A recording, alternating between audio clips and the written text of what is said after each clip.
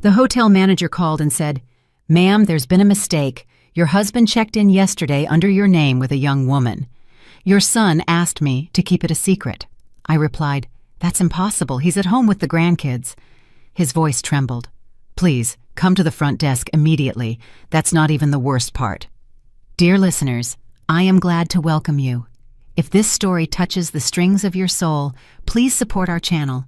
Subscribe, hit the like button, and be sure to write in the comments which state or country you are listening from. I'm always interested to know how far my words travel. And now, enjoy the listening. The heat was disrespectful. The air at the lake house was thick and sticky, heavy with the scent of overripe peaches falling into the tall grass, and the sweet, cloying aroma of the peach preserves I was boiling in a massive pot on the screened-in porch. Somewhere deep in the yard, I could hear the shrieks of my grandsons, 5-year-old Malik and 7-year-old Trey. They were tearing through the grass like two little hurricanes, destroying everything in their path. I felt exhaustion settling into my spine like heavy lead. I stood at the stove, stirring the bubbling brew with a wooden spoon. The muscles in my back ached. At 64, I still held my posture. It was a habit developed over years of working in the district attorney's office, where any sign of weakness could be taken as an invitation to attack. But today, that armor felt heavy. The morning had started with a whirlwind. Kendrick, my son, had flown into the house, flashing that $1,000,000 smile he always used to disarm me.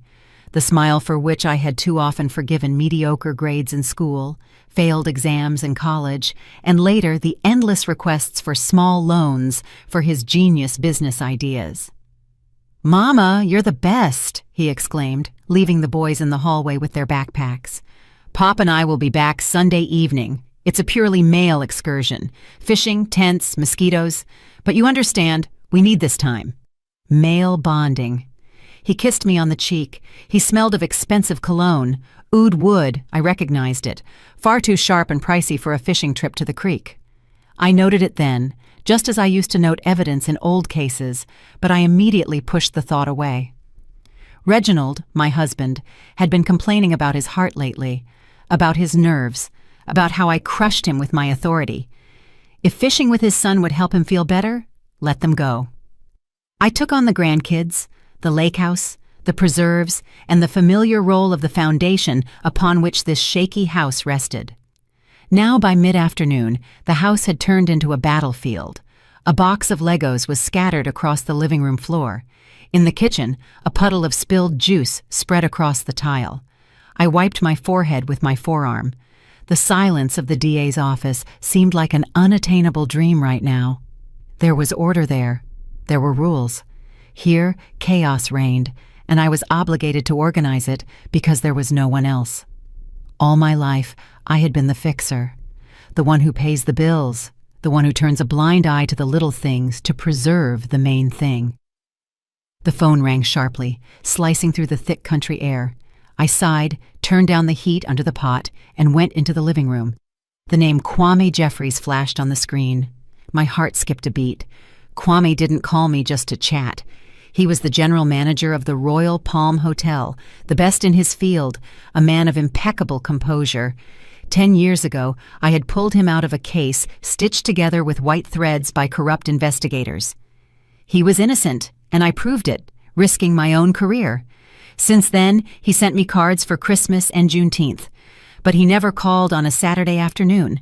I pressed the answer button. "I'm listening, Kwame." "Bernadine? Mrs. Vance?" His voice sounded strange, tight. It lacked its usual velvety confidence. "Forgive me for bothering you on the weekend. I know this is a violation of all privacy protocols, but my conscience won't let me stay silent. You've done a lot for me. I can't do otherwise." I felt a cold knot tighten in my stomach, a familiar feeling, the harbinger of trouble. The prosecutor's instinct woke up instantly, pushing the fatigue into the background. "Speak, Kwame, clearly and to the point." "Your husband, Reginald Vance. He is here, at the Royal Palm."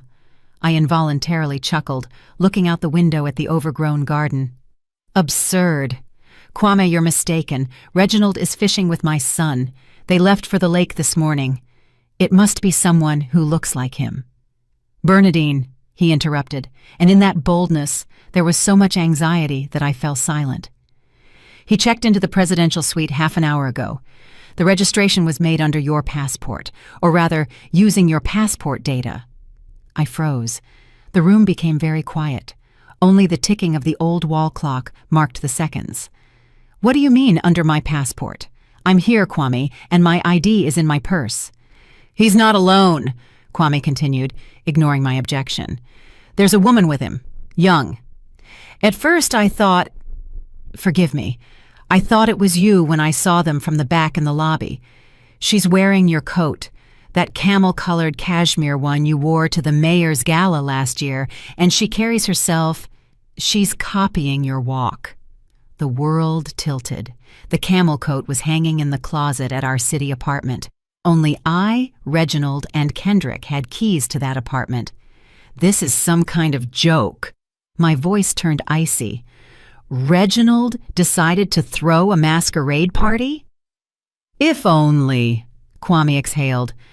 "Bernadine, this isn't just an affair. 10 minutes ago, Kendrick called my personal number." "Kendrick? My son is there too?" "He's waiting in the parking deck. He called and offered me money, a very large sum, to turn off the surveillance cameras on the 4th floor and wipe the recordings for the last hour. He said, 'The old lady won't find out anyway. She's at the country house messing with the kids, and we need to sign some papers without witnesses.'" At that moment, I heard something crash in the kitchen. It sounded like the grandsons had reached the cookie jar, but I didn't move. Inside me, where a second ago there had been fatigue and domestic irritation, an icy void was now expanding. Fishing. Male bonding. They hadn't just lied to me. They had used me as a babysitter to free up their time. But for what? Why would a woman wear my coat? Why register under my name? And why would Kendrick, my boy whom I had always protected from his own mistakes, need to disable cameras? "Bernadine." Kwame's voice became firmer. "You need to come immediately. What is happening in that suite isn't a romantic rendezvous. I see them on the monitors. You have to see this." I looked at my reflection in the hallway mirror. Gray hair pulled back in a messy bun. A house dress, face without makeup. Just a regular grandmother. An old workhorse, as Reginald liked to joke when he thought I couldn't hear. I straightened my spine. The fatigue vanished. Its place was taken by a cold, calculating rage. "Kwame," I said quietly, "don't turn anything off, and under no circumstances let them know you called me. I'm on my way." I hung up. The preserves in the kitchen seemed to be starting to burn, but it didn't matter anymore. My family had started a game, the rules of which they did not understand. They forgot who I was. They thought they were deceiving a retiree, but they had awakened the district attorney. I turned off the gas under the pot of preserves with one sharp movement. The sweet, cloying foam had already begun to settle, leaving burnt marks on the edges, a metaphor for my family life, which I seemed to have kept on the fire too long. 5 minutes later, I was pounding on the door of Miss Hattie, our neighbor. "Emergency in the city," I said, trying to keep my voice steady. "Issues with paperwork from the old job. The boys have eaten, but they need eyes on them. Can you help me out?" Miss Hattie, a kind soul, just nodded, wiping her hands on her apron. "Of course, Bernie, don't worry. Go on." I wasn't worried. I was turning to stone. The drive to the city took 40 minutes, though usually I spent an hour. I drove the way I hadn't driven in years, aggressively, cutting corners, ignoring the pitiful screech of tires on the turns. My old, reliable SUV, which Reginald had long urged me to sell for something more status-appropriate, roared, sensing its owner's mood. Kwame's phrase played in my head like a broken record. "She's in your coat." I didn't cry. Tears are for those who surrender or for those hoping for sympathy. I was driving to a crime scene, and at a crime scene, an investigator needs a clear head and dry eyes. The Royal Palm met me with its majestic facade, shining in the rays of the setting sun. But I drove past the main entrance with its liveried doormen. I turned into the narrow alley leading to the service gates.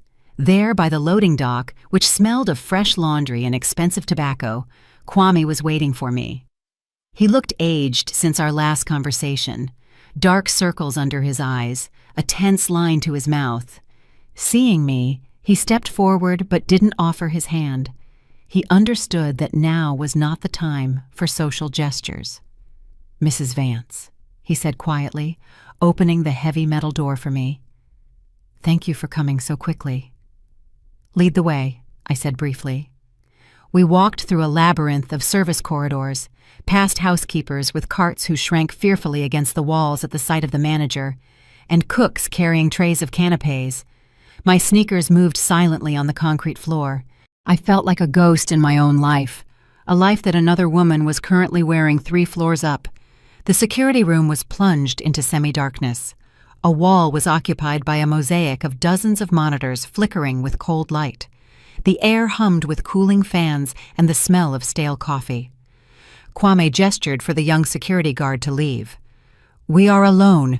Camera 402, Kwame said, pointing to the central screen. The image was crisp, high definition, the pride of the security system I had once recommended the hotel owners install. The presidential suite, a spacious living room with antique furniture, heavy burgundy drapes. In the middle of the room, Reginald was pacing nervously. He held a glass of whiskey in his hand. I recognized that gesture, the way he swirled the ice before taking a sip. He was pale, his shoulders slumped, his jacket thrown onto an armchair. He didn't look like a happy lover, but like a man awaiting execution.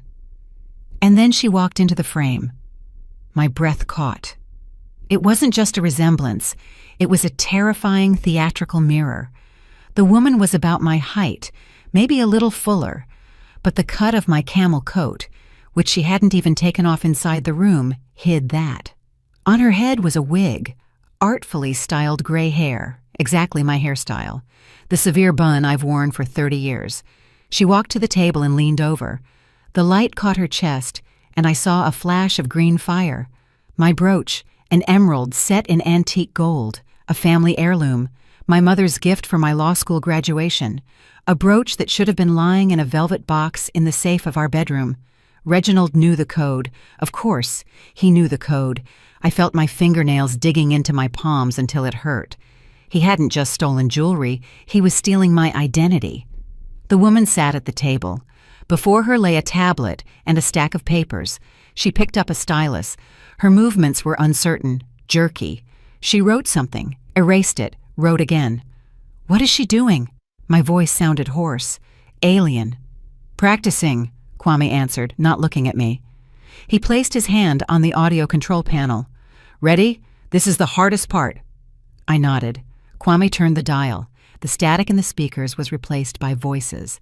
The quality was perfect, as if I were standing right next to them. "No, not like that," Reginald said irritably on the screen. His voice trembled with tension. "Tanisha, you're putting the loop too early. Bernadine's signature is sharp. At the end, there's always a hard slash down like a whip crack. Try again." The woman, Tanisha, sighed. Her voice was younger than mine, rougher, with a slight accent she was diligently trying to hide. "Reginald, baby, I've been writing for an hour. My hand is tired. Maybe that's enough?" "Right," he barked, and I flinched. I had never heard him yell at strangers like that. At home, he always played the role of the soft, agreeable intellectual. "Thorne will be here in 20 minutes. Everything must be perfect. Give me the text." With intonation. Tanisha straightened up, adjusted the collar of my coat, and looking at an invisible point in front of her, began to speak. And with her words, the floor disappeared beneath my feet. "I, Bernadine Olivia Vance," she began, trying to mimic my timbre, my pauses, "being of sound mind and memory, hereby transfer all property rights to the Vance estate, as well as general power of attorney over all my bank accounts, to my son, Kendrick Reginald Vance." She paused, peeking at a cheat sheet. "Effective immediately. Due to my..." She stumbled. "Due to my deteriorating health condition and inability to adequately assess financial risks." A deathly silence hung in the security room. I stared at the screen, at this dressed-up doll in my clothes, and realized that before me was not a scene of marital infidelity. This was my funeral, a living funeral. Deteriorating health condition, inability to assess. They didn't just want to take the money, they wanted to declare me incompetent, a crazy old woman who had lost her mind and needed guardianship. My husband, my son, the people for whom I lived, breathed, worked. I felt something hot rising to my throat, but I swallowed the lump. Rage, pure and distilled, displaced the pain. I remembered everything. Every sleepless night I bailed Kendrick out of trouble. Every pill I handed to Reginald. Every dollar I saved, denying myself a vacation. "They aren't cheating on me, Kwame," I whispered, not taking my eyes off the screen. "They are erasing me." I shifted my gaze to the manager. There was horror in his eyes. He expected me to break, to scream, to cry, to faint. Instead, I unbuttoned my cardigan, feeling the familiar cold calm of the courtroom return. "Kwame," my voice became hard as steel. "I need the guest list. Who else is registered in connection with this room, besides Kendrick, who is waiting outside?" Kwame quickly tapped on the keyboard. "There is a guest pass for an Elias Thorne."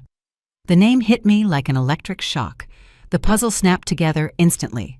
Thorne, the dirty lawyer, a slippery type who specialized in complex inheritance cases. 10 years ago, he had evaded responsibility because a key witness disappeared.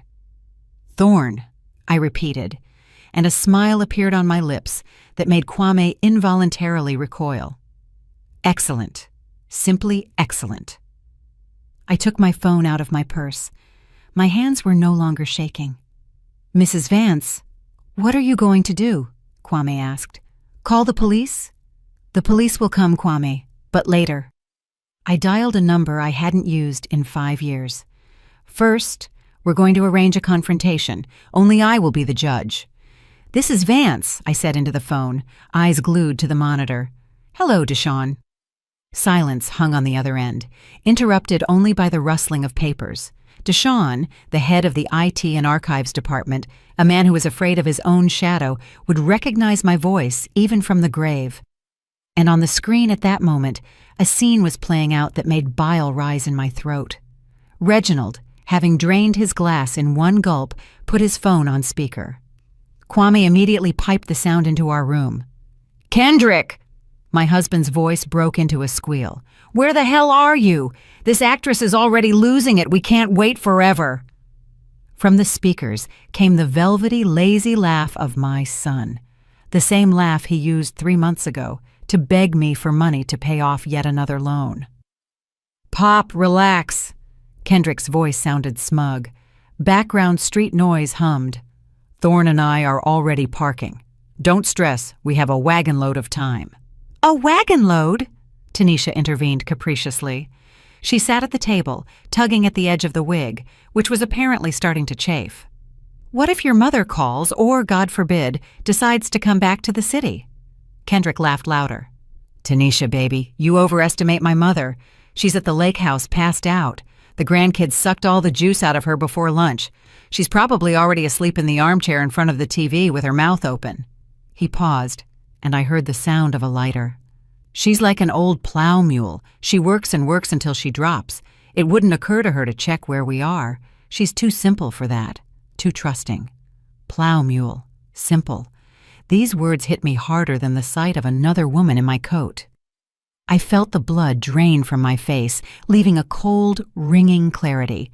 So that's how they see my care, my entire life laid down for their comfort. Not as love, but as the stupidity of a draft animal that can be used and then sent to the slaughterhouse. "Bernadine, Mrs. Vance?" The voice in my phone receiver trembled. Deshawn had finally found his speech. "My God, how many years? Has something happened?"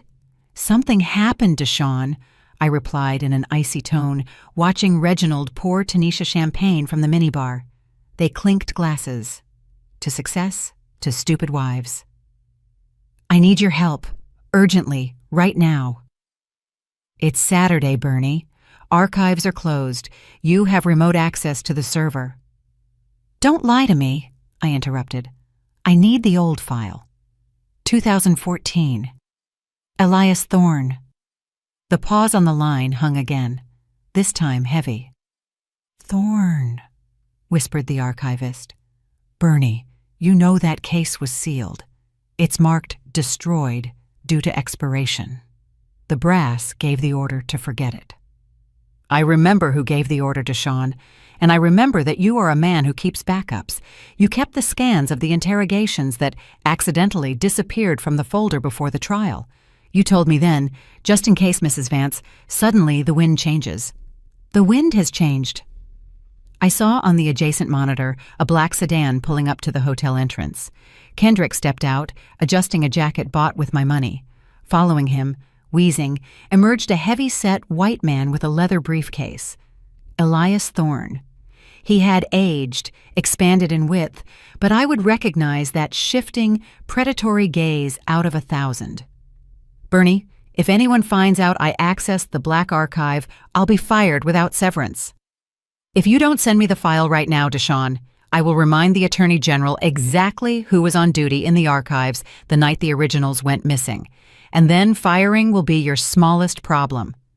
I wasn't bluffing. There was no threat in my voice, only a statement of fact. This was my element.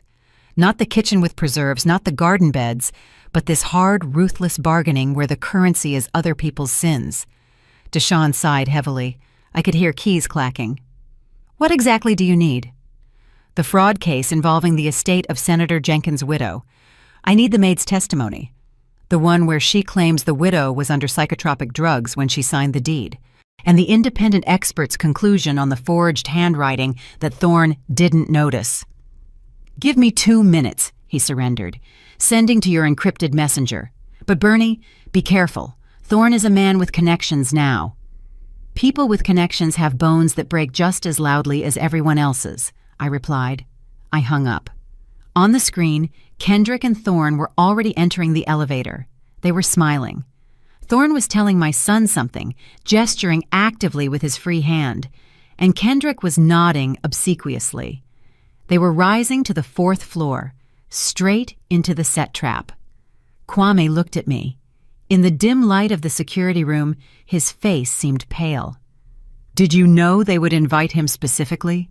He asked quietly. I hoped. I gripped the phone until my knuckles turned white. Criminals rarely change proven methods. They are lazy, Kwame, just as lazy as my husband. The phone in my hand vibrated briefly. A message from Deshawn, file downloaded. I opened the document, dense text, scans of yellowed pages, stamps. Here it was. The weapon I sought 10 years ago was now in my pocket. Thorne thought he was going to process easy prey from a simple old woman. He didn't know he was walking into his own trial. They are approaching the door, Kwame said, looking at the corridor monitor. Excellent. I took a deep breath. I felt a cold calm spreading inside before the battle. Let them enter. Let them relax. Let Thorne lay out his papers. Let them taste victory. And then we slam the lid.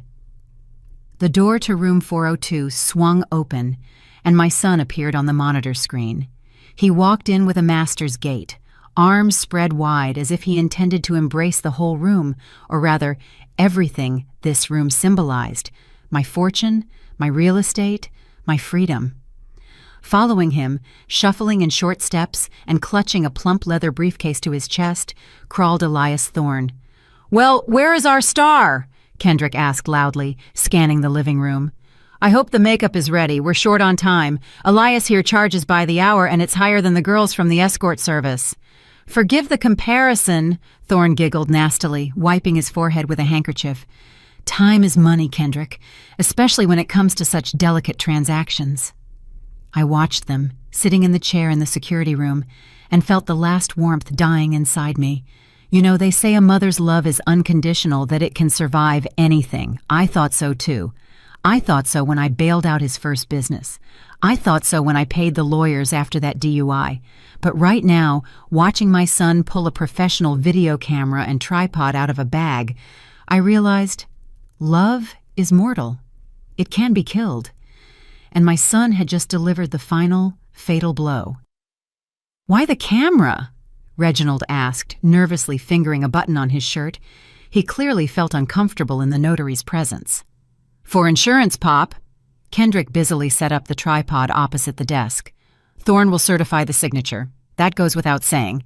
But when, Mother realizes and tries to challenge the deal in court, claiming she didn't sign or was incompetent, we'll release the video."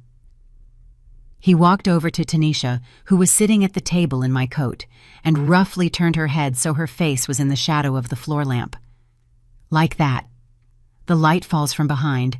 You can see the silhouette, see the coat, see the gray hair, see that damn brooch, but you can't make out the face. Perfect. "Genius," purred Thorne, laying out papers on the table.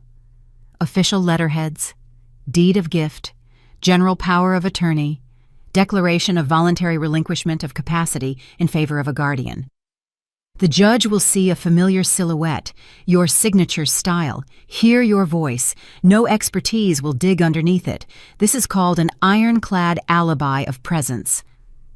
I watched this performance and felt a strange detachment. It was as if I were back at work behind the glass of an interrogation room watching seasoned criminals. Emotions shut down. Only facts remained. Corpus delicti, fraud on a particularly large scale, conspiracy, forgery of documents. My husband, my son. They didn't just want to steal the money. They wanted to expose me to the whole world, to my colleagues and friends, as a mad old woman who gave everything away and forgot about it. "Kwame." My voice was quiet, but in the small room, it sounded like an order. "Turn off the AC in 402. The manager sitting next to me flinched and turned to me. "Excuse me?" "Turn off the climate control system in the suite and cut off the ventilation." Kwame hesitated for a second, but seeing my face, he nodded and quickly typed on his terminal keyboard. "Done. System halted." The Royal Palm, an old hotel. The walls here are thick. The windows in the suite don't open for safety and noise insulation. And the heavy velvet drapes, which were now tightly drawn by Kendrick's order, created a thermos effect. Without a flow of fresh air, with 3 people and running equipment, the temperature in the room would start climbing very fast. On the screen, I saw Thorne begin the preparation. "All right, Tanisha, darling," the lawyer tapped a finger on the paper. "First here, full signature, slowly, confidently." "Kendrick, is the camera rolling?" "Rolling," replied the son, looking into the viewfinder. "Action!" commanded Thorne. Tanisha picked up the pen. I saw her back tense under the fabric of my coat. She was hot. A synthetic wig, a wool blend coat in a closed room. In a couple of minutes, she would be unbearable. But I needed not just to make them sweat. I needed to sow panic, disrupt the self-satisfied rhythm, make the rats run around the cage. I took out my smartphone. In my time as DA, I dealt with the Cybercrimes Division. I knew how notification systems worked, and I still had a few specific apps our experts used for testing security systems, or let's be frank, for creating controlled provocations. I opened a spoofing app. In the From field, I typed DOJ Financial Crimes. I formulated the text message quickly, legally precise, terrifying. "Attention! Unauthorized liquidation of assets detected on Vance Group accounts. Red code algorithm triggered. Biometric confirmation of owner identity required immediately. Financial monitoring. Task force dispatched to location." I selected Reginald's number in the contact list. My finger hovered over the send button. On the screen, Thorne was handing Tanisha the second sheet. "Excellent. Now the power of attorney for the accounts." I pressed the button. 1 second, 2. In the suite, on the table next to the bottle of champagne, Reginald's phone beeped piercingly. It was an unusual ringtone, a harsh, alarming signal I had set for him for emergency alerts a year ago. Reginald jumped, nearly knocking over his glass. "Who is that now?" Kendrick threw out irritably, not looking up from the camera. "Pop, silence that thing. We're recording audio." Reginald reached for the phone with a trembling hand. He brought the screen to his eyes, squinting. I saw the color instantly drain from his face, turning it gray like cigarette ash. "Kendrick!" he wheezed. Kendrick, stop! Wait! What is it? The son impatiently waved his hand. Tanisha, keep going. Don't stop. Stop! Reginald screamed so loud that Tanisha dropped the pen. He jumped up, knocking over his chair. In the stuffy room, where the air was already becoming heavy and stale, his panic was almost tangible. Read this! He shoved the phone under his son's nose. Department of Justice. They're writing about a red code. A task force has been dispatched. Kendrick snatched the phone. I saw his eyes darting, reading the lines. Thorne, sensing something was wrong, stopped smiling and craned his neck, trying to peek at the screen. What task force? The lawyer squealed, his voice cracking. Kendrick, you said the accounts were clean. You said the old lady didn't put any blocks on them. I don't know. Kendrick looked bewildered. Sweat broke out on his temples. The heat in the room was starting to act in unison with the fear. Maybe it's spam, a mistake? What the hell kind of mistake? Roared Reginald. It says biometric confirmation. They know it's not her. Calm down, barked Kendrick, though his own hands were shaking. Thorne, what does this mean? Thorne was no longer looking at the papers. He was looking at the door. He began frantically gathering documents back into his briefcase. It means, gentlemen, that the financial monitoring system triggered on large transactions. If the feds are coming, I'm not part of this. I warned you. Sit down. Kendrick shoved the lawyer back into the chair. Nobody is going anywhere. We haven't transferred anything yet. We're only signing papers. It's hot, groaned Tanisha, pulling at the wig. Underneath, her hair was wet with sweat. I can't breathe in here. Why is it so hot? I can't work like this. My mascara is running. Put the wig back on, you fool, screamed Reginald at her. We could be raided any minute. Chaos. I watched them and felt a cold satisfaction. They were scurrying around the luxurious suite like roaches when the kitchen light is suddenly turned on. The air conditioner was silent. The air grew thicker. Fear mixed with humidity stripped them of the ability to think logically. They didn't think to check the number the text came from. They didn't think to call the bank. Their conscience was so unclean that they believed in punishment instantly. Kwame, I said, rising from the chair. Prepare the cart. The manager looked at me with awe. You're going in there? Yes. I adjusted my blazer. They are expecting a task force. They'll get one. Only instead of SWAT, someone scarier is coming to them. Who? He asked automatically. I smiled, but my eyes remained icy. A scorned wife. I took a seat in the massive leather chair in the manager's office. It was cool here, smelling of expensive wood polish and that sterile silence that only exists in centers of decision-making. Before me stood a tablet, its camera aimed directly at my face. On the adjacent monitor, I saw what was happening a floor above, in the stifling hell of room 402. They were rushing. The fear sown by my DOJ message forced them to cast aside caution.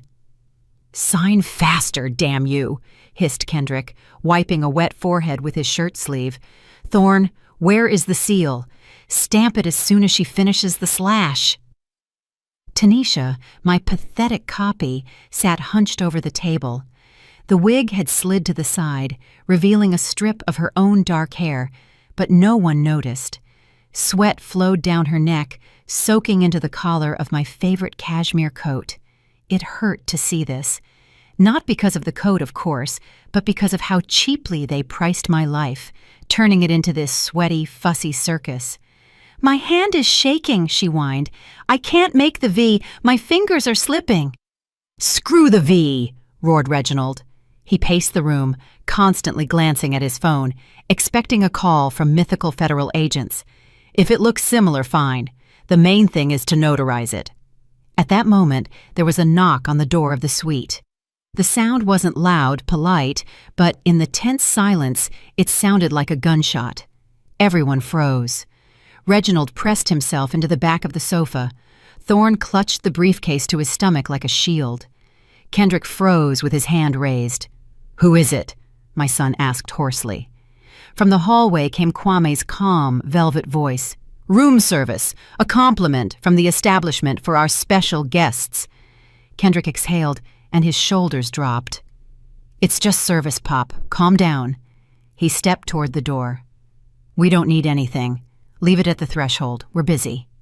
"I beg your pardon," Kwame answered persistently, but softly through the door. "This is a personal order from the owner. Cristal champagne and ice. Given the temperature in the room, I think you need this." The word ice acted magically. In the stifling heat I had arranged for them, thirst was stronger than fear. Kendrick, cursing, unlocked the lock and opened the door slightly. Kwame entered smoothly, pushing a serving cart covered with a snowy white tablecloth before him. On it towered a silver dish covered by a huge dome, a cloche. The shine of the metal was blinding in the semi-darkness of the room. "Faster!" Kendrick snapped, blocking Kwame from going further into the living room. "Leave it and get out. We are busy." "Of course." Kwame stopped the cart right in the center of the room, opposite the table where Tanisha sat, and the sofa where Reginald shook. "Just allow me to present," the chef insisted. In my office, I pressed the broadcast button. The green light of the camera on my tablet lit up.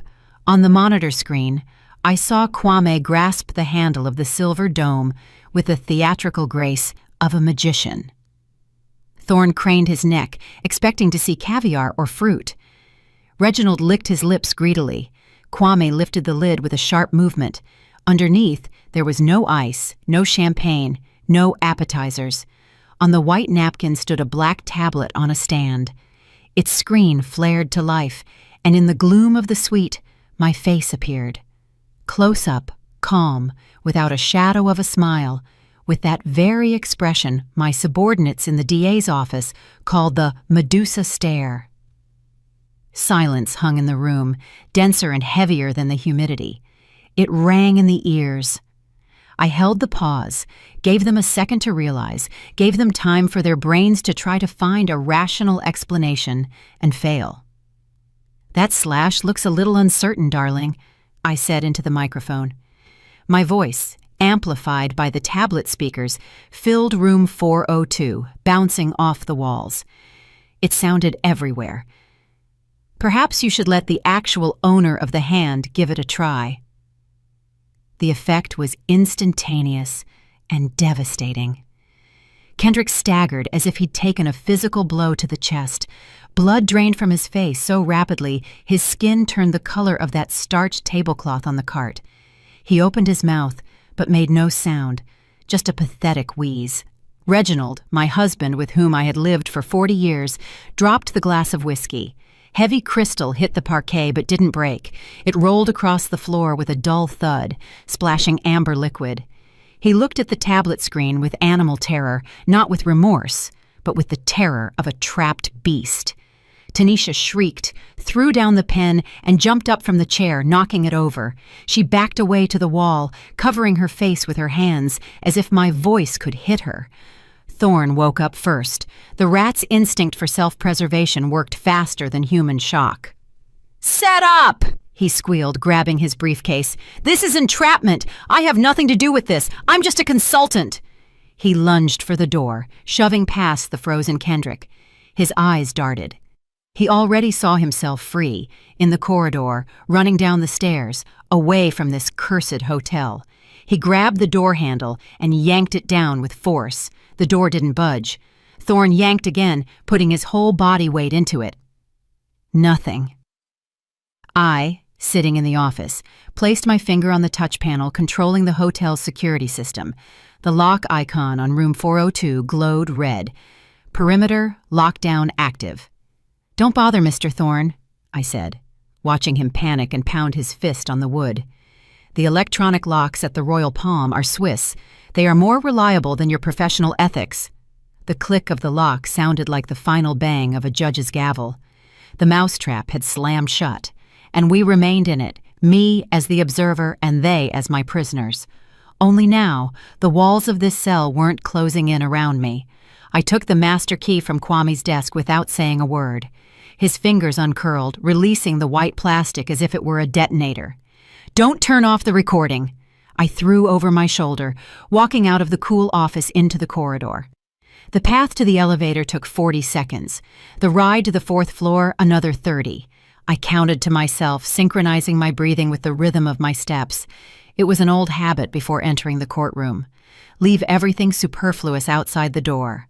Turn into a function, into the law-made flesh. The 4th floor corridor met me with silence. Thick carpeting muffled the sounds of my steps, but I felt the air here was electrified with fear leaking from under the door of room 402. I tapped the card to the lock. The diode blinked green, and the mechanism clicked, granting access. I pushed the door and walked in. The first thing that hit me was the smell. A mix of expensive perfume, spilled alcohol, and the sharp, sour scent of human sweat that always accompanies panic. It was stifling in the suite, like a sauna. The heavy burgundy curtains were tightly drawn, cutting off the world outside. A silent tableau froze in the room. Kendrick stood by the wall, breathing heavily. Red splotches covered his face. Reginald sat on the sofa, clutching his head in his hands, rocking from side to side. Tanisha, huddled in a ball in the corner, looked at me with wide eyes that held nothing but the desire to disappear. I didn't look at my husband. I didn't dignify my son with a glance. For me, they didn't exist right now. My focus was on one target, the professional who should have known better. I walked across the room straight to Elias Thorne. My heels clicked on the parquet inset of the floor rhythmically and hard, like metronome beats. The lawyer backed away, his hips bumping into the writing desk. He clutched the briefcase to his chest like a life preserver. But seeing my eyes, he understood. He was drowning. "Mrs. Vance," he began, his voice breaking into falsetto. This is a misunderstanding. I was misled. I assumed." I stopped a step away from him, took out my phone, unlocked the screen, and shoved it under his nose, brightness cranked to maximum. "Read, Elias," I said quietly. "Case number 48B, 2014, interrogation protocol of witness Betty S., the very maid whose testimony you so conveniently lost before the inventory of the senator's widow's estate." Thorne turned white. Sweat drops on his forehead merged into streams. He recognized this document. He knew this ghost was buried deep, and the fact that I held it in my hands here and now meant the end for him. "I have the original scans, Elias, and a motion to reopen proceedings based on newly discovered circumstances is already sitting in the drafts on the DA server. I just need to press one button." He shifted his gaze from the phone to me, then to the closed door, then back to the phone. His lips trembled. "Bernadine, I have a family. I have a license. If you walk out of here with those papers," I nodded at the table where the deed and power of attorney lay, "you won't just lose your license, you'll sit for about 8 years for fraud as part of an organized group." Thorne twitched as if shocked. He threw the briefcase aside, grabbed the stack of documents from the table that he had been preparing for signature just a minute ago, and with agility unexpected for his build, ripped them in half. The paper yielded with a crackle. He tore them again and again, turning official sheets into meaningless confetti that fell to the floor like dirty snow. "No papers!" he screamed, throwing the scraps toward Kendrick. "Nothing exists! I didn't notarize anything! I'm not participating!" He jabbed a trembling finger at my son. "It's him! It's all him! Kendrick Vance hired me! He said his mother agreed but couldn't come. He offered triple the rate for the call-out. I am a victim of deception." The silence following his scream was broken by Kendrick's heavy, rasping breath. My son peeled himself off the wall. He looked at the pile of torn paper on the floor, and I saw fear in his eyes replaced by something darker, uglier, pure, unclouded hatred. The mask of the loving son he had worn for years cracked and crumbled. "You," he hissed, looking at me. "You ruined everything." "Like always, I ruined it?" I asked calmly. "I stopped you from stealing my house?" "Your house!" Kendrick yelled, veins bulging on his neck. "Why do you need it? You're sitting on this money like a dog in the manger. You have millions in assets, and you're boiling preserves at the lake and driving an old Jeep. You just rot over the gold while I try to build a life." He took a step toward me. Reginald shrank deeper into the sofa, afraid to intervene. "I needed that money, Mama." Kendrick spat the last word like a curse. "To save the business, to get out of the hole. You wouldn't have even noticed half the accounts missing. You don't even check the balance. I wanted to save us all, and you selfish." I stepped toward him. He was a head taller than me, but looking into his face twisted with malice right now, I didn't see a grown man, but a naughty boy who broke a window and blames the ball. My hand flew up, a short, sharp movement. The sound of the slap was dry and whipping. It wasn't a blow of despair, not the hysterical gesture of an offended woman. It was a blow that puts a period at the end of a sentence, a verdict blow. Kendrick's head jerked to the side. A red mark instantly began to bloom on his cheek. He froze, gasping for air in shock. The silence returned, but now it was different, ringing with tension. "What business, Kendrick?" I asked. My voice was quiet, but every word fell into the silence like a stone. "Are you talking about that shell company, Vector M, you registered 6 months ago?" He slowly turned his face to me. In his eyes flashed real terror, not the kind at the sight of police, but the deep fear of a man whose darkest secret is exposed. "You thought I didn't know?" I continued, not taking my eyes off him. "You thought a former district attorney wouldn't see a classic money laundering scheme? You weren't building a business, son. You turned into a laundromat." I paused, savoring how his world was collapsing. "You gambled it away, Kendrick, and not at poker with friends. You owe the volatile syndicates in Atlanta, and they put you on the clock. You used my accounts to wash dirty money, hoping to cover your debts with the interest." Reginald on the sofa let out a strangled groan. Thorne froze with his mouth open. "You aren't just a thief, Kendrick," I finished, looking at the person I once carried in my arms. "You are an accomplice to organized crime, and today your partners will find out the laundromat is closed. Permanently." The silence that followed my words about the syndicates was dense, almost tangible like cotton wool. Kendrick stood pressed against the wall, his face gray and lifeless. He knew I wasn't bluffing. He knew I knew names, dates, and sums. He was crushed not by the fact that his mother caught him stealing, but by the fact that his grandiose game of big businessman turned out to be a transparent cheap trick. And then Reginald stirred. My husband, who for the last 20 minutes had sat on the sofa looking like a pile of rags, suddenly straightened up. The instinct for self-preservation, the only thing he was truly talented at, kicked in at full power. He realized Kendrick was a sinking ship and decided it was time to transfer back to the familiar, reliable barge, to me. He stood up, his eyes filled with tears, instantly, abundantly, with an ease any professional mourner would envy. "Bernie," his voice trembled, breaking into a pitiful whisper. "Bernie, listen, my God, what have we done?" He stepped toward me, stepping over the scraps of the torn deed lying on the floor. He walked toward me like a beaten dog, tail tucked, but looking up with hope. "It's all him." Reginald pointed a finger toward Kendrick, not even looking at his son. "He forced me, I swear to you. He said he had debts, that they would kill him. Bernie, you know I'm a weak man. I got scared for the boy. I didn't want to. I thought we would just sign, and then I would have told you everything." He came up close. I smelled his sweat mixed with whiskey fumes, and his habitual cologne with notes of sandalwood, the scent I had inhaled every morning for 40 years. Reginald put his hands on my shoulders, heavy, warm palms, the same hands that once put a ring on my finger, the same hands that held our children in the maternity ward. "Bernie, please." He looked into my eyes, and a tear rolled down his cheek. "We are family. We've lived together all our lives. Don't destroy us. Don't give him to the police. He's our son. Think of the grandkids. How will they grow up knowing their father is in prison and their grandfather is disgraced? We'll leave. We'll forget everything. I will do whatever you say.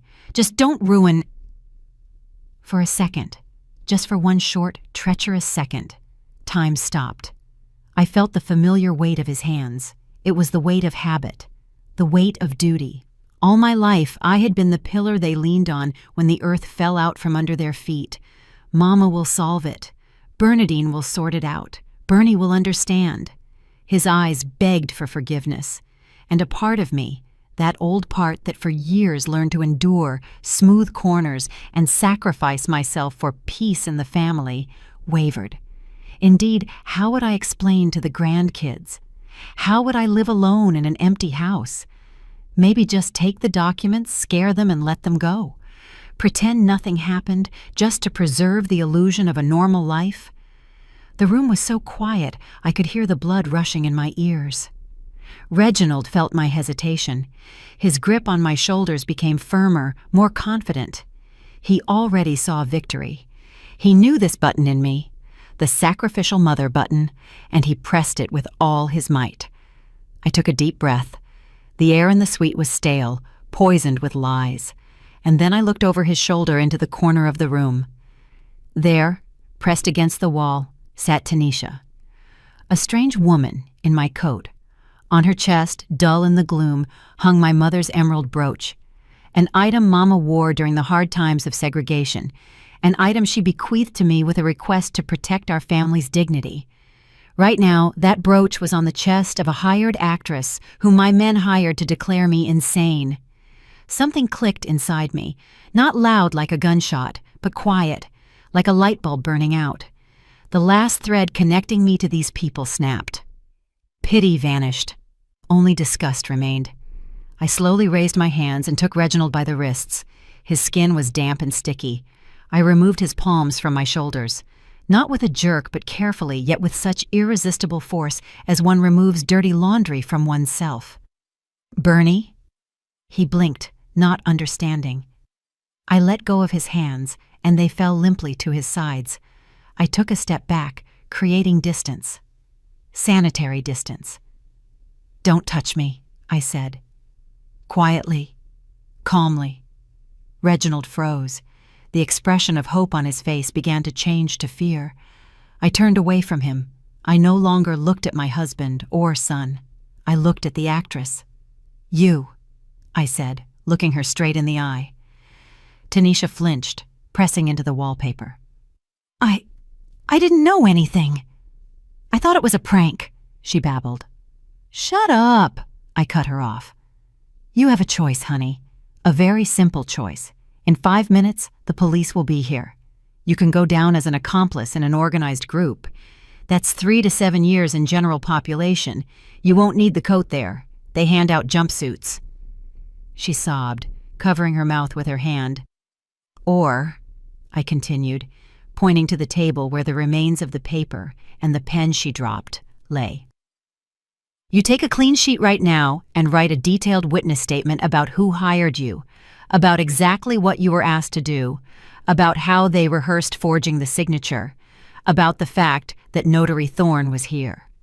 Tanisha nodded so fast, the wig slid sideways again. "I'll write it. I'll write everything. I'll be a witness. I swear." "Write," I ordered. "Name, last name, date, and don't miss a single detail." She rushed to the table, pushing the air with her elbows, grabbed a sheet of paper that miraculously survived Thorne's tantrum, and began to scribble, breaking the pen tip. "Bernie," Reginald called again behind my back. Now there was panic in his voice. "Why does she need to write? We agreed. We are family." I slowly turned to him. At that moment, I felt taller, stronger, more monumental than ever in my life.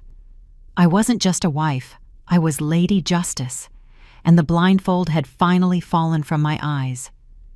"We aren't family, Reginald," I said. "Family are people who protect each other. You are parasites, and I am an organism that has finally decided to heal itself." "You can't do this," he squealed, losing the mask. "I have nothing. All the accounts are in your name. The house is yours. You can't throw me out on the street at 65. I'm your husband. By law, half of everything is mine." I smiled. It wasn't a kind smile. It was the smile of a prosecutor, pulling the ace of spades from a folder kept for the finale. "By law?" I asked.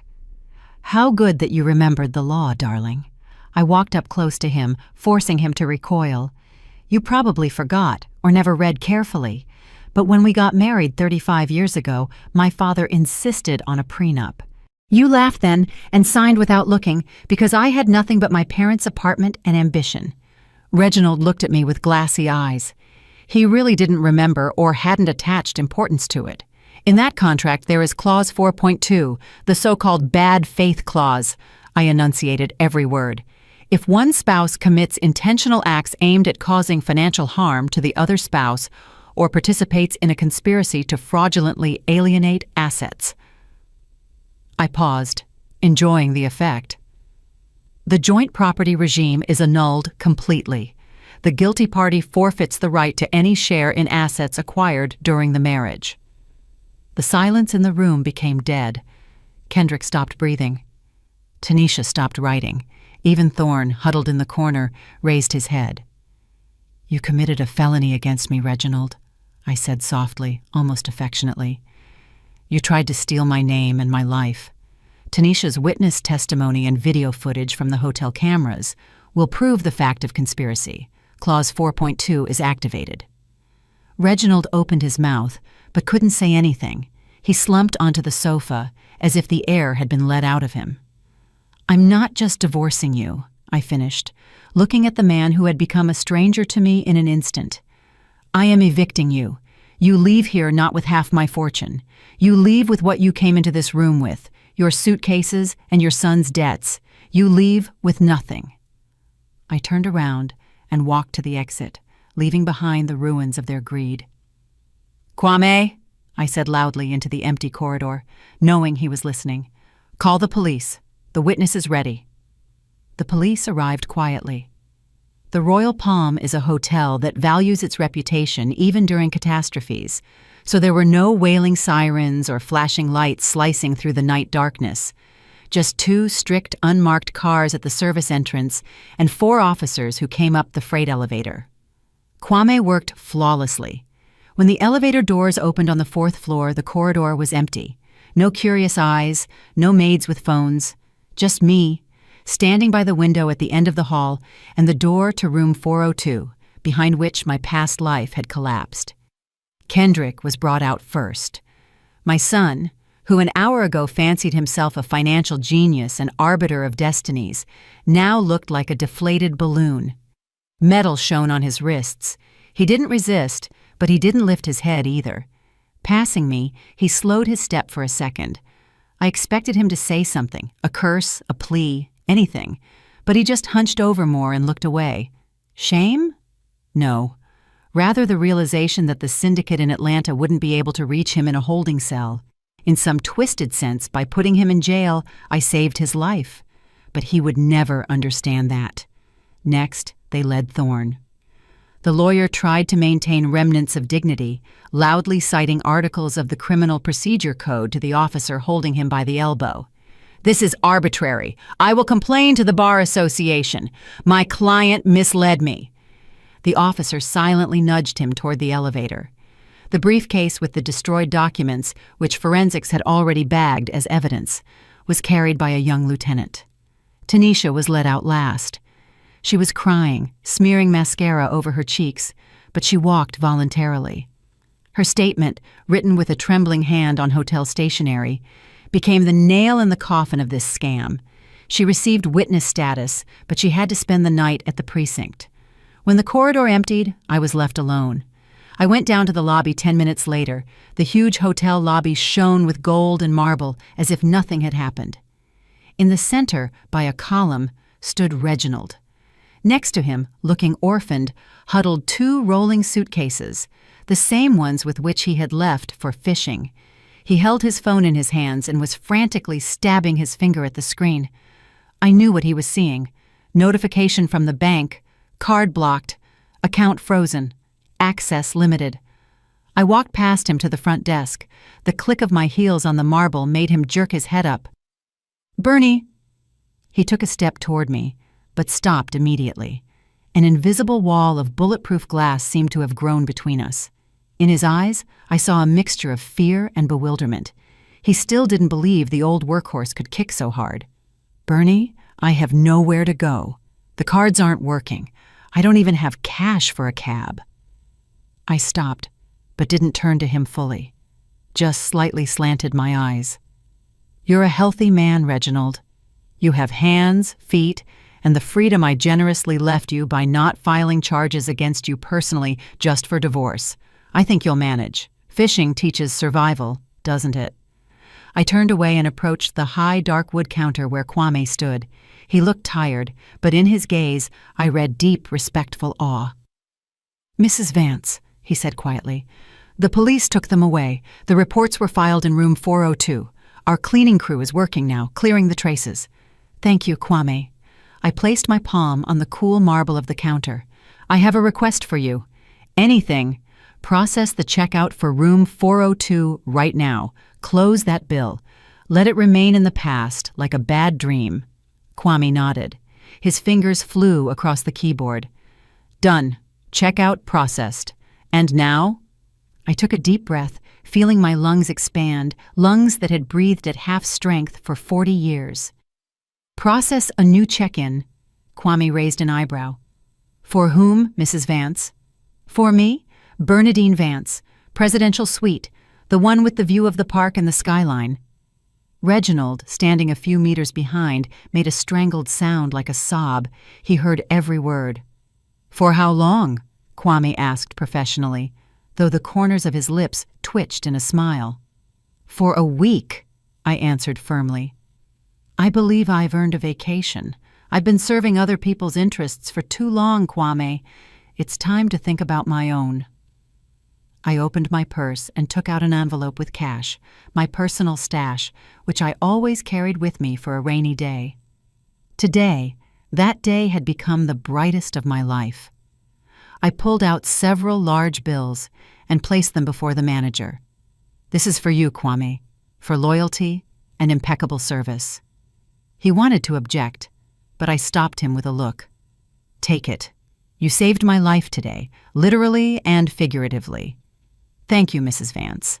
He bowed his head. The key is ready. Shall I escort you? No, I'll walk myself. I need to be alone.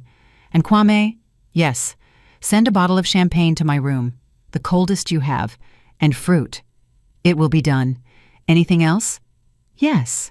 I smiled, and for the first time in many years, that smile was absolutely sincere, light, girlish. I have a lot of reading to catch up on. I took a glossy brochure out of the inner pocket of my blazer, which I had kept there for a month, afraid to show my husband. I placed it on the counter and slowly, with relish, smoothed it with my palm so Reginald could see the cover.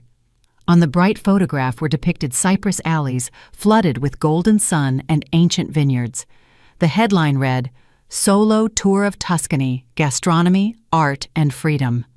Tuscany! Croaked Reginald behind my back. Bernie, that's dangerous. You don't know the language. You can't handle it alone. I told you. I didn't let him finish. I didn't even turn around. I simply took the golden keycard Kwame held out to me and tapped my finger on the brochure. I handled organized crime, a corrupt lawyer, and the betrayal of my own family in one evening, I said loudly, addressing the universe rather than my ex-husband. I think I'll figure out pasta and wine in Italy somehow. I took the brochure and headed for the elevators. My back was straight, head held high. I didn't hear Reginald leave the hotel. I heard only the sound of my own steps, and in that rhythm played the music of a new life, a life that belongs only to me. My dear listeners, that brings us to the end of Bernadine's story. A heavy story, isn't it? There is a lot of bitterness in it, but even more strength. I know that many of you right now might be arguing with the ending. Some will say, how could she do that to her own son? Couldn't she forgive, give a second chance? After all, a mother's heart should be soft, all-forgiving. But I ask you, where is the boundary between love and enabling? Where is the line beyond which sacrifice turns into the destruction of one's own identity? Bernadine endured years of neglect, lies, and consumerism. She gave everything, receiving only mockery behind her back in return. Her son's action wasn't a mistake, but a conscious crime. Did she have the right to close her eyes to this, knowing that impunity breeds only greater evil? Or, by handing them over to justice, did she teach them the most important, albeit cruel, lesson of their lives? It seems to me that the true strength of a woman is not in enduring endlessly, but in saying enough at the right time. Bernadine chose herself. She chose Tuscany, the sun, and freedom, instead of a cage of lies, and personally, I give her a standing ovation. Did you like the story, and which city are you listening from? Let's meet in the comments. If you like the story, you can support me by sending a super thanks so I can keep bringing more stories like this. Thank you so much for your sweet support. I'm looking forward to your comments on the story. On the screen, you can see 2 new life stories that I highly recommend. There's so much more on my channel. Don't forget to subscribe. See you in the next life story. With love and respect.